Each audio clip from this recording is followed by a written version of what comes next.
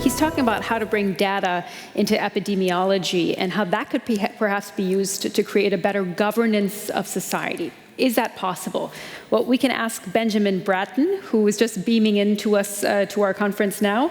He's a professor, writer, architect, sociologist, among many other things, the program director of the Strelka Institute. His new book, The Revenge of the Real: Politics for a Post-Pandemic World, argues for a positive biopolitics. Benjamin, welcome, and the screen is yours. Thank you very much. Thank you for the invitation. I'm sorry that I won't be, that I'm not able to join you in Berlin live, instead joining you from my, as you can see, my hotel room. So thanks also to Hido for the really interesting presentation. I really just look forward to our conversation. Yeah, as mentioned, my talk has to do with the pandemic and way of seeing epidemiology, not only as a way of dealing with these kinds of emergencies, but also as a particular kind of model of what we mean by the commons. So that is to say, my talk would like to address also this idea of the commons, but in a way that is somewhat diagonal to, though not necessarily at odds, I don't think, with what Hido has shown us. There can, after all, be more than one commons, even if that idea in a certain way is I think, an appeal to a specific kind of universality. So first, I should say that in other uses, not necessarily hers or mine, the idea of the commons has a more legal, economic overtones. That is, that which is in the commons is held in common possession, like language or the air, let's say. And this commonality is in thought in opposition to, for example, private property or something that was property but no longer is, for example. So in ways that ownership might be renounced, if you like. But the common that I refer to is not this, but rather something more direct, physical, biological. And through the lens of the pandemic, we might call this the immunological commons. But first, let's dialing back and saying what just happened. Well, one of the arguments that I make in the book, Revenge of the Real, is that the COVID-19 pandemic was, among other things, a crisis of the West's ability to govern. It was less a state of exception than the revealing of multiple pre-existing conditions. It was the consequences of poor planning or no planning, broken social systems, isolationist reflexes, all made explicit. And along the way, as we drew our maps of the virus, it too drew its maps of us. So looking a bit forward, what we might call post-pandemic politics is, as I put it, a kind of revenge of the real. It addresses non-negotiable realities in ways that upend or should upend comfortable illusions, no matter how hard some may try to push back with their chosen form of magic. The most difficult lessons to be learned, therefore, are those that come when this reality, the reality of the virus, the reality of our biological condition, of our vulnerability, of our inadequate governing responses, comes crashing through comforting illusions and ideology. Furthermore, having been filtered and sorted back into our countries of passport, the global population participated in what future political science may look back upon as the largest control experiment in comparative governance in history, with the virus as the control variable and hundreds of different states and political cultures as the experimental variables. The results, I think, are plain to see. The world's richest countries have been tripped up by basic feats of self-administration, like inclusive testing, vaccine distribution, or vaccine acceptance, for that matter. But the reason that one country succeeded where another one failed is not only because of different policies, but also the different cultures that accept or reject those policies in the first place. What worked in Taiwan may be unacceptable in Italy or Texas. Which leads in a way to the next point, which is that all the lessons to be drawn from the pandemic are not necessarily all negative.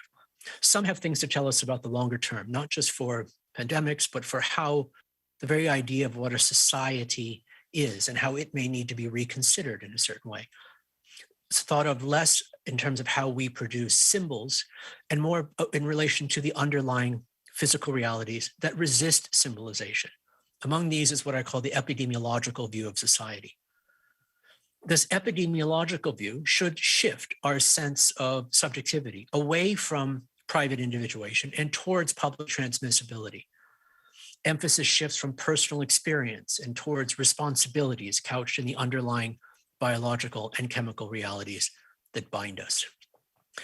Each of us is an organism of transmission, a medium of information from ideas to viruses. And each of us is defined by who and what each of us is connected to and disconnected from.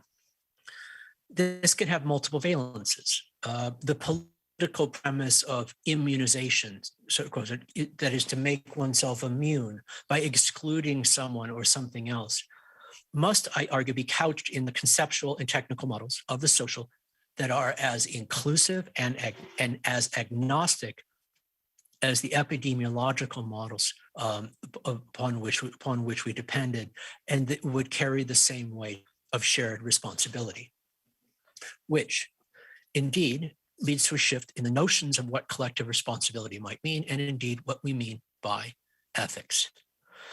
So first, the immunological commons is experienced not just at the level of policy, but perhaps most importantly, and certainly most viscerally, in the face-to-face encounter with the stranger. This is where the commons appears not as a legal construct, but as the biological reality of being a human in the proximity of others such. Within this, what we call the mask wars, by which some refused and others embraced the wearing of the mask, revealed, among other things, the destructive and indeed self-destructive nature of libertarian individualism in its extreme forms, as it became unable to articulate anything like an ethics of the immunological commons, and indeed continues to do so. And to some extent, some of this is not new. For most of our human history, masks have performed a function of allowing people to wear a temporary identity, one that sometimes even revealed another aspect of who they really are. And then beginning with World War I, masks began to have a different utilitarian function in response to new kinds of atmospheric warfare via poison gases. There is then almost always a dual function between the utilitarian and performative uses of a mask. We certainly see this at play with COVID-19. The decision to wear a mask is both for personal health reasons and to present yourself as a trustworthy participant in that immunological commons. In contrast, the refusal to wear a mask is a declaration that you hold a very different view of your relationship to those around you, perhaps one that you renounce the very premise of your biological materiality. But to be sure, the performativity of the mask is pronounced.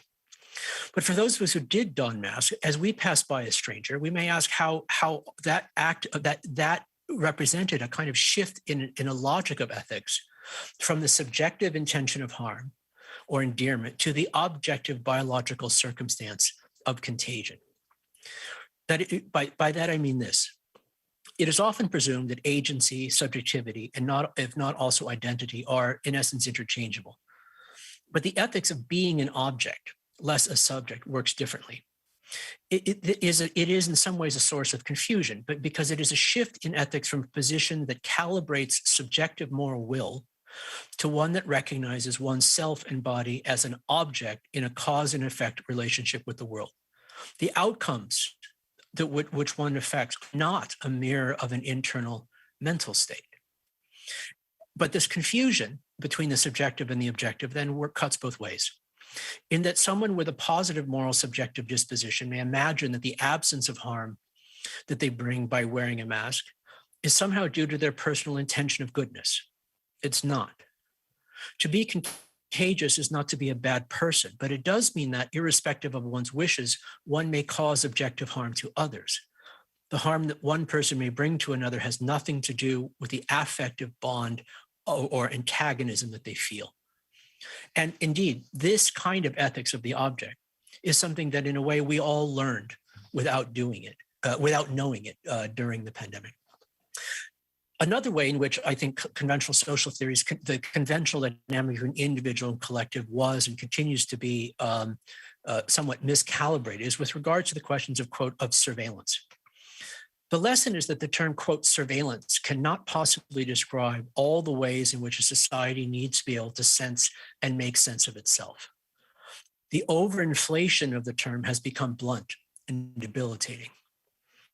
The conversation on legitimate and illegitimate forms of data production needs to be understood in relation to a more expanded notion of what I call the sensing layer of society. A good definition of which refers to all the ways in which a society is able to sense what is going on at both the granular and holistic levels, so as to make models, as Hito showed us, that may be used to act back upon itself and thereby govern itself. And this principle applies to much more than the pandemic. Climate science, for example, produces models of the planet based on atmospheric sensors, surface level sensors, all manner of on-site thermometers and monitors, archives of ice core samples, and so on, each of which produces little bits of information that then contribute to models of change abstracted from the sum of these individual moments of sensing. In terms of the pandemic, in many cases, the politics of this is not so much about privacy, is it about being included. The sensing layer includes access to testing, to diagnosis, to being a body that counts. To be excluded from testing and sense is to not count. During the pandemic, many societies' sensing layer failed, as we know. But ultimately, we should see sensing and testing as really two sides of the same thing. To have more widely available testing is to have more accurate sensing, which means better models, which means a better public health response. To have inadequate planning and provision for testing is to have inadequate modeling, which means inadequate governance. Cities that pass this test are the ones that flatten the curve effectively. Cities that have failed the test are turning sports arenas into makeshift morgues. Just recently, I had a heated conversation with a Germany-based critical theorist of AI who argued to me instead that pervasive testing should be avoided because it encourages big data biopolitics, in his words, and that is the greater problem. And he even told all of his students to refuse to be tested. I would like to think that this approach is actually an outlier and unusual. I hope it is. But whether they realize it or not, many of the critics of surveillance, I think have the point of their should less to do with quantitative modeling itself than with what we have asked it to do and why.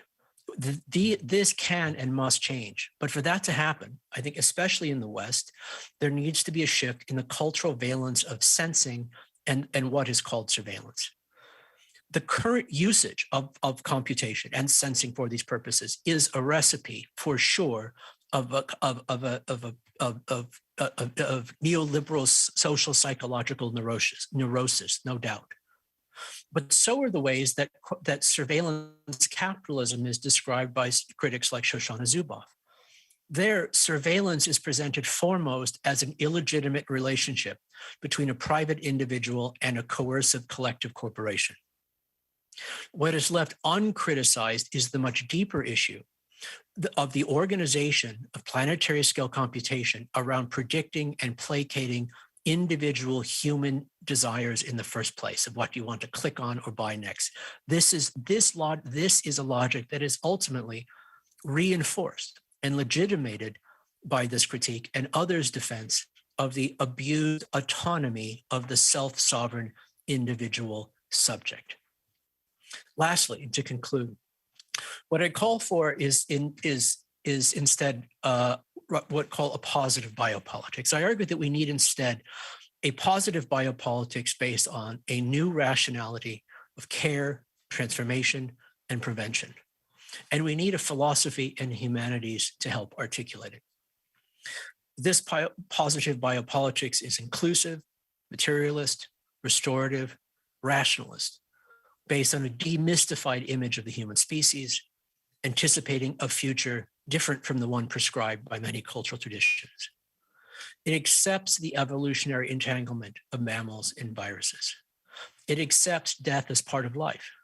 It therefore accepts the responsibilities of medical knowledge to prevent and mitigate unjust deaths and misery as something quite different from the nativist immunization of one population from another.